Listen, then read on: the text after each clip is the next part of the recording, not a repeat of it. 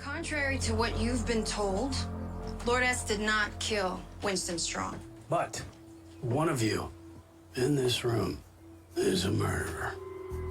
I just wanted to say that. Now, here's the order of events before the crime.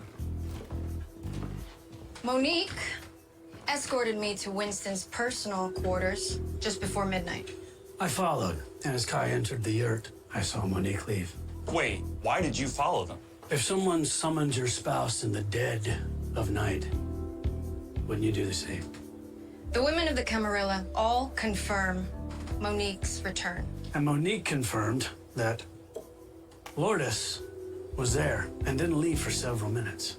You see, I was outside listening to Winston and Kai talk, and as Kai rushed out, Winston screamed as she left, but remained inside. I walked south, and Alex joined me approximately 20 meters from the yurt. And that is when we heard Lourdes scream. Alex and I then rushed back to find Lourdes kneeling over the body. But she was holding the knife in her hands. She was holding it tipped down, as someone would do if they pulled the knife out. Also, Lourdes didn't have any blood on her body, except on her palms when grabbing the knife. See, Lourdes' scream was of discovery when she found Winston dead. The killer entered right after I left, stabbed Winston, and then left right before Lourdes arrived. Dan has both motive and ability. Dan is a hunter and a survivalist. Dan and Heidi are not what they appear to be.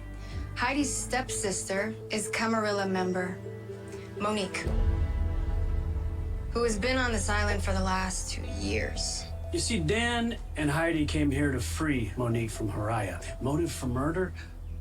Maybe. However, they got an alibi. Two of the Protectorate observed them in their tent. In fact, all the guests have an alibi and no motive. And the same goes for all of the women of Camarillo, other than Lourdes. No motive, and their whereabouts can be accounted for. Janice, too, can be eliminated.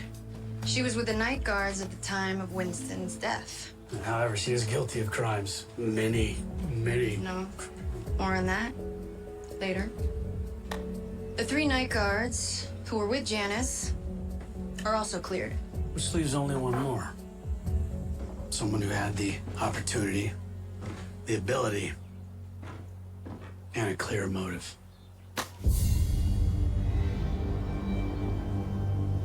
Why would I kill someone I swore to protect? Eric killed Winston because of Janice. You see, Janice and Winston were running Haraya like a Ponzi scheme. They were making money hand over fist. But Winston's insatiable appetite for women was jeopardizing the entire operation. See, Winston was spending lavishly on trophy properties in countries all over the world. He was spending a fortune hiring lawyers to harass former members. You see, Janice wanted Winston dead. He was blowing through all the money they made, half of which was hers. Why would Eric do that for Janice? Because Eric is Janice's husband. Correction, he's my ex-husband. Well, I guess Winston seduced you away from Eric, what, a decade ago? See, I recognize you guys both on the group photo on the wall in the office. You became CFO, co-founder. I was relegated to march in Winston's little army. You chose to serve him that way. No, and Winston gave me a choice. Join the Protectorate or leave Haraya. No, he told me you wanted to leave. Winston said he came up with the Protectorate so you would have a reason to stay. He has tricked and manipulated every single one of you to get exactly what he wants. But look who has the power now. My only regret is not framing you properly. And you, if your husband hadn't followed you... We're not married. Janice, we got the money that we need now. We can do this together. Okay.